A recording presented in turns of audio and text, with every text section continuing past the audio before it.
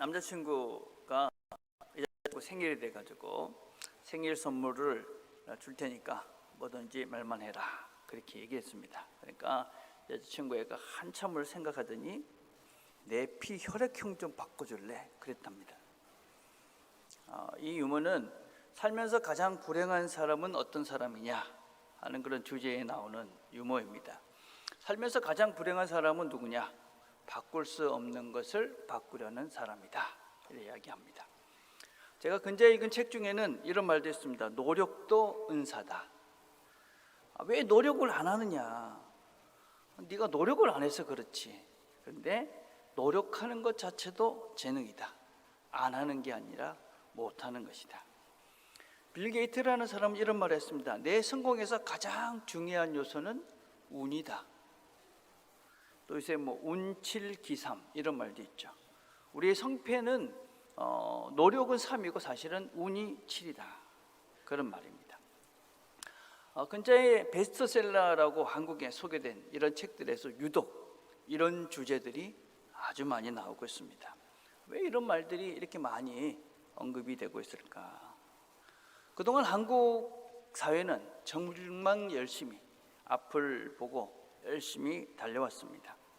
근데 그렇게 달려와서 지금 우리를 보니 너무나 중요한 것들을 많이 놓치고 살고 있지는 않은가, 그런 우리를 이제 돌아보게 된 것이지요. 근자에도 우리가 참 가슴 아픈 일이 일어나서 우리 모두가 마음이 아픕니다. 쉽게 이것이 무엇 때문이다 라고 우리는 결론을 내릴 수는 없습니다.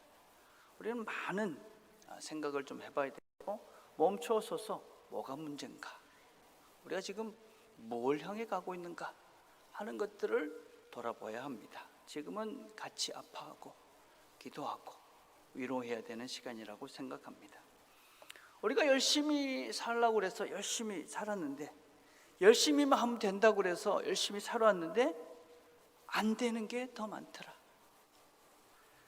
열심히 산 사람들이 열심히 살았는데 어떤 결과물이 없다고 해서 너무 쉽게 열심히 안 살아서 그렇다 그렇게 말하지 말자. 너 책임이다.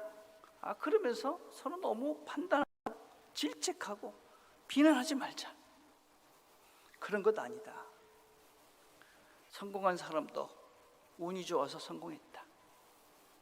열심히 했지만 그것만으로는 설명되지 않는 것들이 더 많다. 그렇게 좀 깨닫자. 실패한 사람도 운이 없어서 그렇다. 열심히 했지만 안 됐다. 그래서 그 사람을 이해하고 그 사람을 좀 봐주고 비난하지 말고 정죄하지 말고 비교하면서 실망하지 말고, 운이 없어서 그러니 그냥 지금 우리 각자가 자기 인생을 살자. 서로 이해하면서 좀 유연해지자. 좀 마음의 공간을 넓혀가자. 비난하고 정죄하고 판단하는 것이 아니라 이해하고 존중하고 관용하고 이러면서 우리가 좀 넉넉해지자. 그런 메시지들을 지금 담고 있는 것 같습니다. 이런 메시지는 아주 성경적이죠. 사람들은 이런 일들을 운이다 그렇게 이야기합니다. 어쩌다 재수가 좋다. 우리는 그거를 은혜다 그렇게 말합니다. 은혜다. 하나님의 은혜다. 세상 사람들은 운이 7이고 그 다음에 내 노력이 3이다 이렇게 이야기하는데, 우리는 다 100% 하나님의 은혜다. 하나님께서 지금 우리 이 모든 것들을 하나님께서 주신 것이다. 내가 노력해서 된 것이 아니다. 그것을 믿습니다. 우리는 은혜로 사는 사람들이다. 우리의 정체성이 무엇이었는가를 잘 알아야 됩니다. 에베소서 2장 1절에 이렇게 말하죠. 그는 허물과 죄로 죽었던 너희를 살리셨도다. 우리는 허물과 죄로 죽은 자들이다. 그것이 우리의 정체성이었다 라고 성경은 선언을 하고 있습니다. 죽었던 자들이 뭘 할 수 있겠습니까? 우리는 아무것도 할 수 없는 그런 존재였습니다. 하나님께서 살려주셨다. 그래서 우리가 가지고 있는 이 모든 것들은 다 하나님이 주신 것이다. 그래서 우리는 감사하면서 사는 것이죠. 그래서 우리는 실패하고 낭망한 자들을 봐도 이해가 되는 것이죠. 오늘 우리가 읽은 본문은 제자들의 실패를 아주 신랄하게 우리에게 보여주고 있는 장면입니다. 14장 31절에 베드로가 힘있게 말하되 내가 주와 함께 죽을지언정 주를 부인하지 않겠나이다. 모든 제자도 이와 같이 말하니라. 몇 시간이 되지 못해서 제자들이 다 예수를 버리고 도망하니라. 그리고 그 뒤에 또 이런 얘기를 하죠. 벳 혼이불을 버리고 벗은 몸으로 도망하니라. 이 장면은 이 마가복음을 기록했던 마가의 모습을 기록하고 있는 것입니다. 마가가 내가 사실은 예수님께서 잡히실 그때 이렇게 부끄럽게 그냥 내가 살라고 다 벗은 몸으로 도망한 그런 존재가 바로 나였다. 그렇게 고백을 지금 하고 있는 장면입니다. 어떻게 그럴 수가 있나? 어떻게 그렇게 부끄러운 모습으로 도망을 갈 수 있나? 어떻습니까? 이런 사람들을 보면 한심합니까? 우리는 이해가 되죠. 우리는 그렇죠? 그래, 그게 나지. 그렇죠. 우리가 사실 매주 경험하는 것이죠. 매주 말씀을 듣고 그래, 좀 넉넉하게 사랑하면서 이해하면서 비난하지 말고 그렇게 한 주를 살아보자 하고 결심하고 일어서는데 문 밖을 나가는 순간, 예배당 문 밖을 나가는 순간 정말 아무것도 아닌 말 한마디에, 어떤 사람의 동작 하나에 마음이 상하고 낙심하고 금방 들었던 그 마음이 언제 사라졌는지 마음속에 미움과 정죄와 그런 한심한 내 모습들을 보죠. 아니, 어떻게 그럴 수가 있나? 그럴 수가 있죠. 나는 실패한다. 우리는 늘 주님을 배신하고 도망한다. 그래서 우리는 기도하지. 그걸 알기에 우리 나라는 존재가 어떻다는 것을 알기 때문에 우리는 기도할 수밖에 없습니다. 내 힘으로, 내 능력으로 사는 나는 오늘도 도망하고 배신하고 그런 부끄러운 인생을 살 수밖에 없다. 그래서 주님께서 우리에게 기도하라, 그렇게 말씀하시는 것이죠. 그런데 이들이 왜 이렇게 도망할 수밖에 없습니까? 왜 이들은 정말 도망하는 걸까요? 오늘 우리가 읽은 본문을 좀 더 길게 설명하고 있는 것이 마태복음입니다. 마태복음 26장 51절에 보면 예수와 함께 있던 자 중 하나가 손을 펴 칼을 빼어 대제사장의 종을 쳐 그 귀를 떨어뜨리니 이 예수께서 이르시되 내 칼을 도로 칼집에 꽂으라. 칼을 가지는 자는 다 칼로 망하느니라. 너는 내 아버지께 구하여 지금 12군단이 더 되는 천사를 보내시게 할 수 없는 줄 아느냐?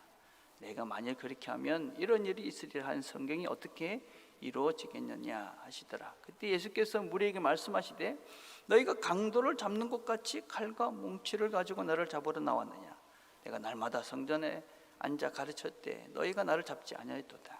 그러나 이렇게 된 것은 다 선지자들의 글을 이루려 함이니라 하시더라. 이에 제자들이 다 예수를 버리고 도망하니라. 칼을 가지는 자는 칼로 망한다. 하나님이 지금 힘이 없어서, 내가 진짜 힘이 없어서 이렇게 이 사람들에게 잡힐 줄 아느냐, 그런 말씀입니다. 사람들은 그 당시 예수님을 어떻게 생각했느냐? 반역자, 반란자, 이 정도로 생각을 했죠. 그래서 예수님을 잡으러 오면서 군사들이 칼을 들고 그 다음에 무기를 들고 와서 예수님을 잡으러 왔습니다. 아마 그들은 예수님을 잡으러 오면 그 주변에 또 제자들이 있으니 뭔가 한바탕 무력적인 충돌이 있을 것이라고 생각을 했을 것 같습니다. 제자들도 똑같았습니다. 제자들도 이제 이 사람들이 우리를 잡으러 하니까 우리가 힘으로 대항을 해서 그렇게 싸우려면 예수님께서 능력이 있으시니까, 기적을 베풀 수 있는 분이니까 뭔가 기적 같은 일을 행해서 그 사람들을 다 무찔러 버리고 우리가 기대하는 그런 로마에서 해방이 되는 그런 해방을 우리에게 주실 것이다. 그리고 우리는 높은 한 자리를 차지하게 될 것이다. 그런 기대를 했는데 주님께서 말씀하십니다. 칼을 제자리에 꼽으라. 칼을 가진 자는 칼로 망한다. 이게 다 하나님의 뜻을 이루고 있는 과정이다. 그런 말을 들은 제자들은 이 예수님은 내가 기대했던 분이 아니구나.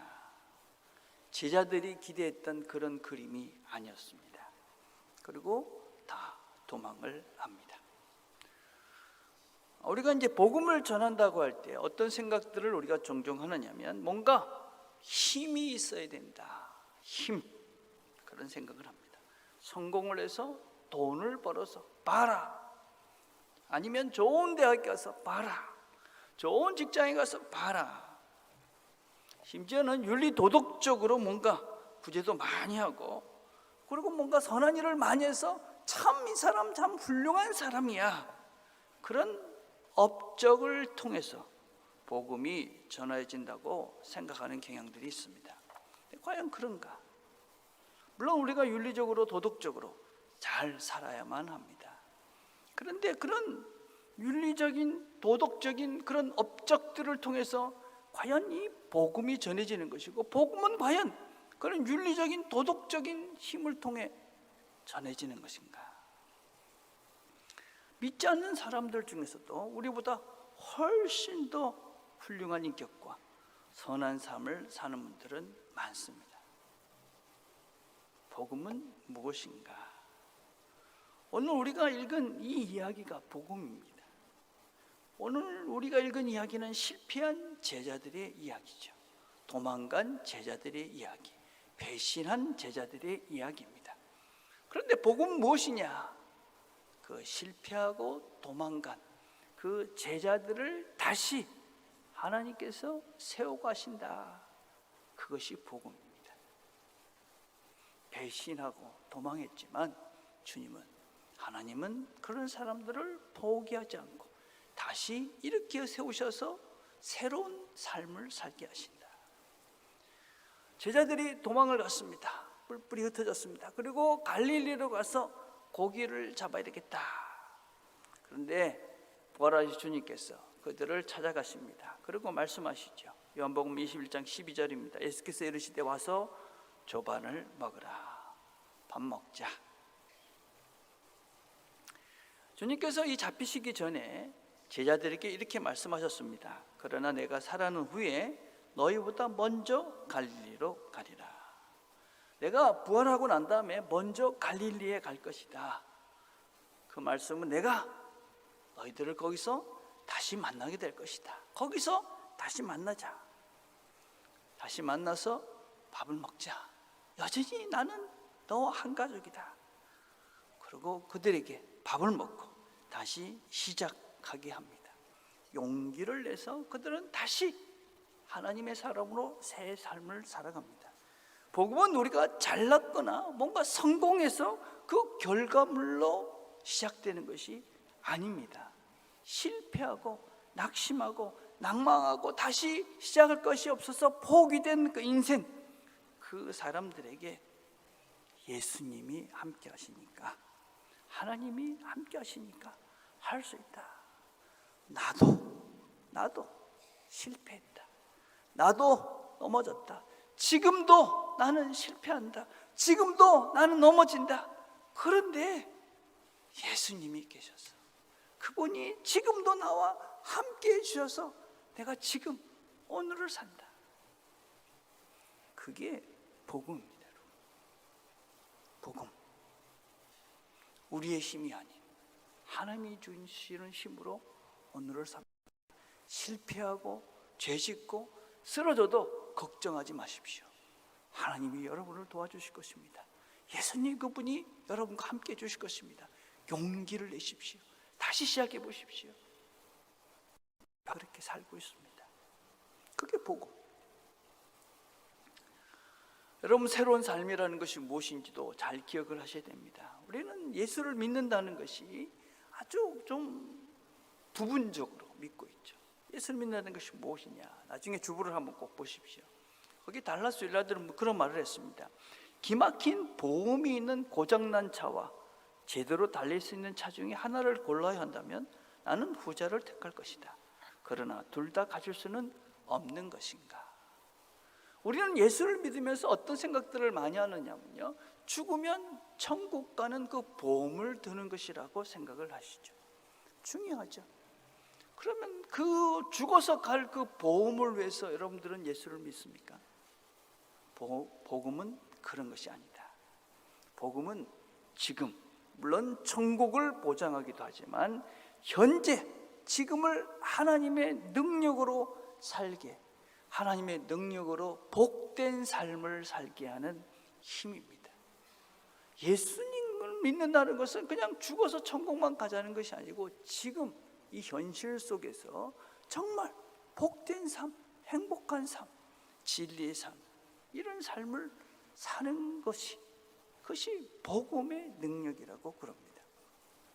우리가 예수를 믿고 이분이 하나님이시다라는 것을 알게 되고 그분의 길이 하나님의 길인 것을 알고 그 길을 따라가게 되면 우리의 삶 속에서는 진리를 사는 것이지요. 우리의 삶 속에서는 영생을 사는 것입니다. 하나님께서 우리를 만들으셨을 때 그 영광스러운 하나님의 형상으로 만들어졌던 그 삶을 살아가는 것입니다. 하나님이 우리를 만드셔서 어떤 삶을 살게 하시느냐? 사랑하는 삶을 사는 것입니다. 평화의 삶을 사는 것입니다. 서로 용납하고 용서하는 그 하나님의 삶을 살게 하는 것입니다. 우리가 살아보니 뭐가 많다고 행복해집니까? 우리의 욕망과 욕심이 충족된다고 행복해지십니까? 어디, 언제 행복해지십니까? 언제 우리가 정말 기쁩니까? 그 삶, 하나님이 우리를 만드셨는데 살게 하시는 그 의와 거룩과 사랑과 평화의 삶, 그 삶을 이 땅에서 살아나도록 내도록 하는 그 능력, 그것이 바로 예수와 함께하는 삶이죠. 도망간 제자를 찾아가신 예수님께서 밥을 먹고 난 다음에 베드로에게 묻습니다. 내가 나를 사랑하느냐? 3번 묻습니다. 베드로가 사랑합니다. 주님 뭐라 그럽니까? 됐다 그러. 이제 너도 내 양을 먹여라. 너도 이제 이 사람들을 사랑하면서 살아라. 그렇게 말씀하시는 것이죠. 그래서 제자들이 그 말씀을 듣고 사랑하면서 살았던 것이죠. 사람들을 사랑하면서. 초대교회의 성도들의 80% 이상은 노예들이었습니다. 노예. 세상적으로는 성공적인 뭔가 힘이 있던 존재들이 아니었습니다. 근데 그 사람들이 예수를 믿고 30년이 지나기 전에 로마에까지 수천 명이 되는 예수 믿는 사람들이 생겼습니다. 여러분, 그때 도로도 지금 같지 않던 그 시대에 30년밖에 지나지 않았는데 로마까지 가서 교회가 생겼습니다. 그리고 결국은 그 사람들이 너무 많아서 로마의 국교가 되어집니다. 어떻게 그런 일이 일어날 수 있었는가? 2세기의 문헌들을 보면 어떻게 로마의 귀족들이 예수를 믿게 되었는지 하는 이야기들이 나옵니다. 귀족들은, 이 노예들은 사람이 아니었습니다. 인간 대접을 하지 않았죠. 날마다 괴롭히고 때리고 죽이고 함부로 대했습니다. 그런데 예수를 믿는 노예들은 늘 기쁜 겁니다. 늘 귀족들을 진심으로 대하는 겁니다. 그리고 그들을 늘 축복하는 겁니다. 귀족들이 물어본 것입니다. 내가 너희들 보기에는 정말 하잘 것도 없고 아무것도 없고 아무런 즐거움도 없을 것 같고 아무런 힘도 없는데 왜 너희들은 그렇게 기쁘게 사느냐? 그리고 내가 너희들을 이렇게 괴롭히는데 어떻게 나를 이렇게 진심으로 대할 수 있느냐? 그렇게 묻습니다. 그러니까 그리스도인 노예들이 이렇게 얘기합니다. 우리의 진정한 주인이 되시는 예수님께서 우리를 사랑하셨습니다. 그리고 그분이 당신들도 사랑하라고 하셨습니다. 그래서 우리는 당신을 축복하고 사랑합니다. 우리는 그분과 함께 때문에 천지를 만드시고 이 모든 것들을 운행해 가시는 그분이 나를 사랑하시고 그분이 나와 함께 하시기에 우리는 늘 기쁘고 감사합니다. 복음의 힘입니다. 이것이 복음을 믿는 하나님의 힘인 것이죠.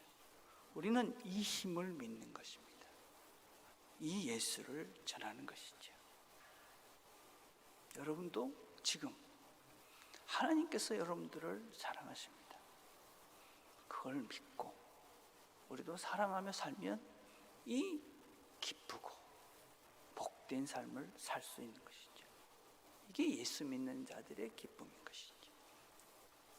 그런데 주님께서 부활 후에 제자들을 만난 갈릴리는 단지 지명만을 의미하는 것은 아닙니다.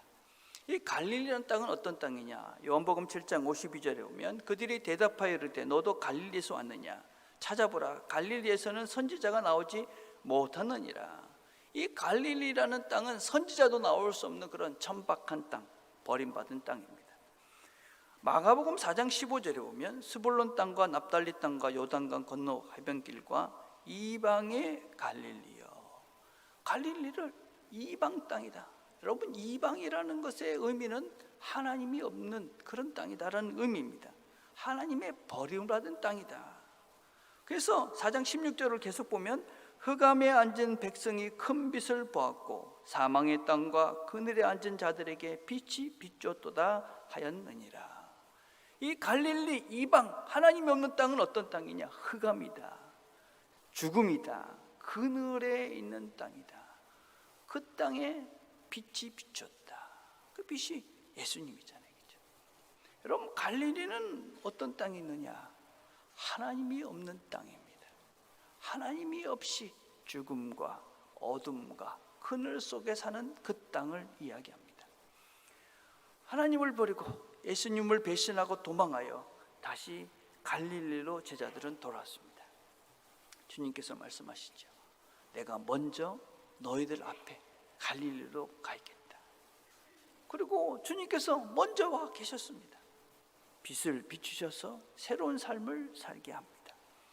요한복음 21장을 봅시다. 요한복음 21장 3절에 보면 시몬 베드로가 나는 물고기 잡으러 가노라 하니 그들이 우리도 함께 가겠다 하고 나가서 배에 올랐으나 그날 밤에 아무것도 잡지 못하였더니 예수님을 도망하고 그렇게 뿔뿔이 흩었던 제자들이 갈릴리에 간 것입니다. 이제 고기나 잡으면서 살란다. 그리고 고기를 잡았는데 한 마리도 잡지 못한 것입니다. 그런데 거기에 주님께서 그들을 기다리고 계셨습니다. 멀리 서서 이렇게 말씀하십니다. 이르시되 그물을 배 오른편에 던지라. 그리하면 잡으리라 하시니 이에 던졌더니 물고기가 많아 그물을 들 수 없더라. 이들이 지금 빈 그물은 예수님을 버리고 도망하고 하나님이 없는 땅에서 그들의 인생들이 건져낼 것이 없다, 그 말입니다. 하나님이 없는 인생, 하나님이 없는 그 땅에서 너희들이 노력을 하고 아무리 살아봤자 건져낼 것이 없다. 우리 인생이 그렇지 않습니까? 그렇죠? 주님께서 기다리고 계시는 것이죠. 그리고 주님께서 말씀하시는 것이죠. 오른편에 던져라. 이 예수님이 제자들을 처음 만났을 때 기억이 나시죠? 어떻게 했느냐? 그물 아무것도 잡지 못했습니다. 그래서 그물을 깃고 있는 그 제자들에게 예수님께서 가셔서 가서 다시 고기를 잡아라. 그때는 투덜투덜 거리면서 그들이 다시 고기를 잡으러 갑니다. 고기를 많이 잡고 그리고 깨닫죠. 나는 죄인입니다. 이제 다시 똑같은 장면이 지금 연출이 되는 것이죠. 오른편에 던져라. 그러니 그들이 오른편에 던집니다. 빈 그물이 고기로 가득 찹니다. 하나님께서 함께 하시는 하나님 말씀이 이끄시는 그 자리, 거기에는 새로운 생명과 새로운 삶의 열매들이 시작이 되어집니다. 우리 인생 속에서, 지금 우리가 살고 있는 현실 속에서 우리의 갈릴리가 어디이십니까? 내 삶이 공허하고 아무리 열심히 뭔가 해도 이루어지지 않는 것 같은 그 삶의 현장은 어디이십니까? 기억하십시오. 그 자리에 주님께서 계십니다. 먼저 와 계신 그 주님을 잘 보십시오. 그리고 그 주님께서 우리에게 말씀하시는 것을 잘 들으십시오. 용기를 내서 그 말씀에 순종해 보십시오. 우리 삶에 하나님께서 기대하시는 아름다운 열매를 맺게 해 주실 것입니다. 하나님께서 오늘도 우리에게 말씀하십니다. 빛을 비추십니다. 그분이 힘을 주십니다. 다시 예수와 함께 새로운 시작들을 용기 있게 해가시는 새로운 한 주가 되시기를 주님의 이름으로 축복드립니다. 이 시간 함께 기도했으면 좋겠습니다.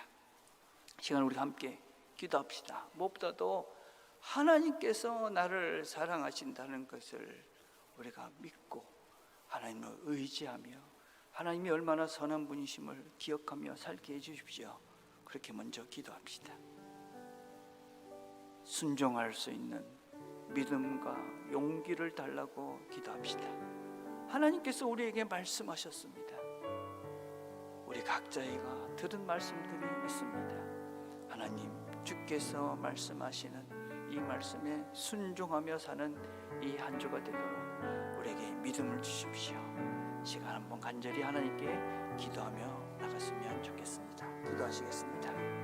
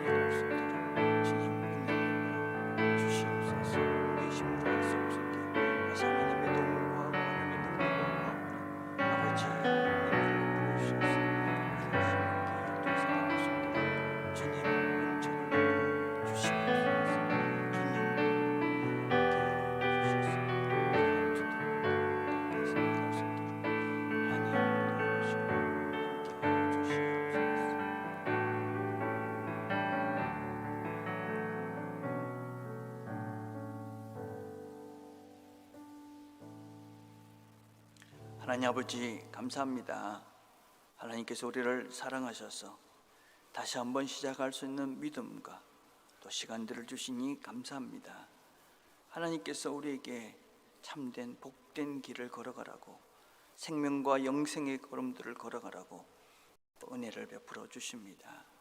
우리가 주님께서 가신 그 길을 잘 보고 주께서 우리에게 주신 그 사랑의 길들을 잘 보고 우리도 서로 사랑하며 또 우리가 하나님의 사랑을 실천하는 그 현장들 속에서 내 삶을 통해 일하시는 하나님의 능력들을 우리가 경험해가는 이 한 주가 되도록, 그래서 이 한 주도 우리 모두가 하나님의 은혜로 사랑하며 하나님께서 주시는 평안과 기쁨을 누리며 살아가는 이 한 주가 되도록 은혜를 베풀어 주시옵소서. 예수님의 이름으로 기도드립니다. 아멘.